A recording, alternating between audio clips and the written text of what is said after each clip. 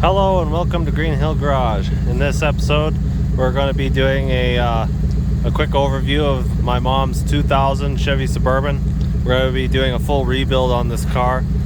So this will be a multi-part series. This car has a 2-inch lowering kit on it, Gabriel shocks on all 4 corners.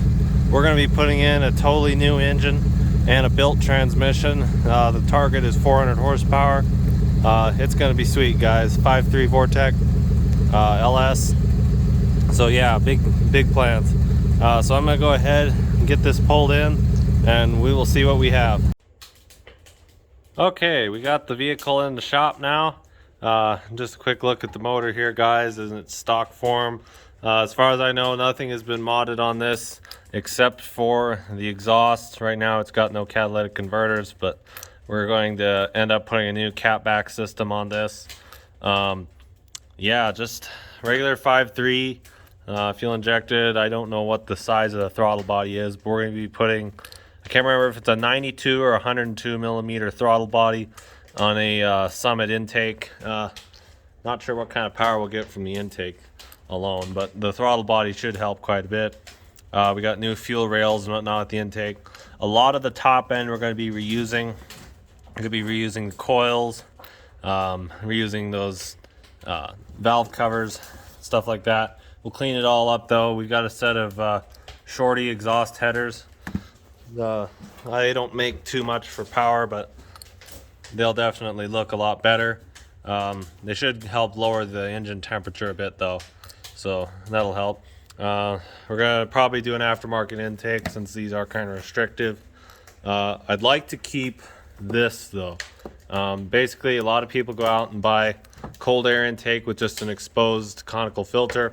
The problem with that is you start pulling in hot air from the engine, and so yeah, you're just getting less condensed air. So I'd like to keep this box in. The problem with the K&Ns, believe it or not, they don't flow as much. They might filter a little better, but they don't, cubic feet per minute wise, they're actually lower than the OEM filter. So I'm gonna try to leave this box and then just run a straight pipe right into the air intake. So it's gonna be interesting to see. Trying to think what other upgrades. We got a whole gob of stuff to do, so we'll try to remember. The transmission we've got is a Perfomabuilt. It's their 700 horsepower street 4x4 street strip 4x4 transmission. We went ahead with a FTI competition converter. It's 11-inch with I believe a 2800 or 3000 stall. Should help this dramatically in the acceleration. That's about all I can think of for now. So the first part, the oil pump, I drove it today down to our mailbox, and the oil pump is doing fine. And then by the time I made it back and it was just idling, it had gotten down almost to 0, and the low oil pressure light came on. So it's gonna need a new oil pump on this motor. We're gonna save this motor and transmission though, since we did not require a core for either Summit or Perfomabuilt. But we will need to steal the bell housing off of our transmission here for the Perfomabuilt, since that one did not come with a bell housing. But basically we'll have a 5.3 here that we could swap into something else. I plan to maybe drop in a few little things, kind of help tune it up. So that'll be good for now. We'll go ahead and get started on time lapse, and we'll start pulling a lot of these covers. Another thing I forgot to mention was we put this hood in service position. If you've never done this, it's really easy. On the General Motors, it's just that one spring. You just go ahead, and normally it fits right into here. You just unbolt this one on this side, same deal on the other side, unbolt the 2 of them. Yeah, it helps to have a buddy to help hold the hood, because these hoods are heavy. Then go ahead, pop both of those off, and then pin them in the hole further down, closer to the hinge assembly down there. There's only 2 bolt holes, so it's the closest one to the windshield. And you just go ahead and pin that, and then it holds this hood up almost perfectly straight so that we can get our cherry picker put in and be able to pull this motor and transmission.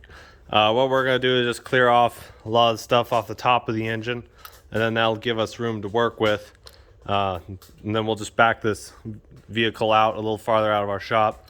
This isn't a very long shop, and this is a pretty long vehicle being a Suburban. So we'll just go ahead and get most of the stuff off.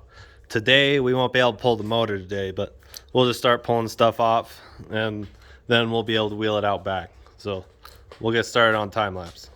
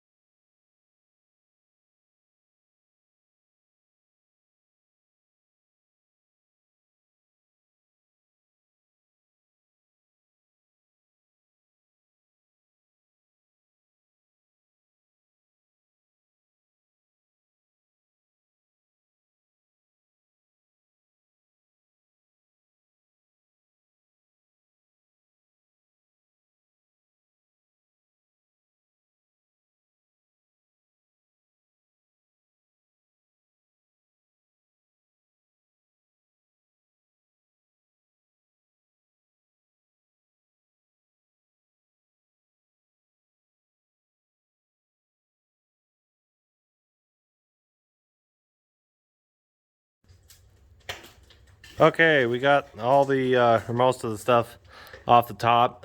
It's supper time though, so we're gonna be heading in. Just wanted to show you guys, I got the fan off, got both shrouds for the fan, got this top shroud. We were in the process of getting this main frame brace here and radiator brace. Got the bolts out of there, got the air cleaner out. We're just gonna leave that box in there. What I wanted to show you guys though, the trick I used to get this fan off.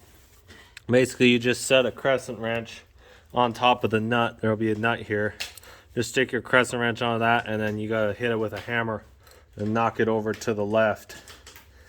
Basically, yeah, looking at it, it knocks over to the left. It took a little work to get mine off. It's probably been on since the car was built, but it wasn't too hard. So we got that off. Yeah, so far it's looking pretty good. We're gonna save draining coolant and oil for tomorrow. We're just putting it up for the night. I don't know how many gallons this holds. We'll probably, I recall getting fresh coolant in here recently, so we'll probably hold on to it. If it looks good, we'll reuse it. If not, then we'll just put in fresh coolant. We'll probably put fresh coolant in anyway, but it's nice to have some coolant left over for tractors and whatnot since they're not that fussy. Yeah, that's about it for now. So thank you all for watching. Leave a like and stay tuned for the next video. Thank you.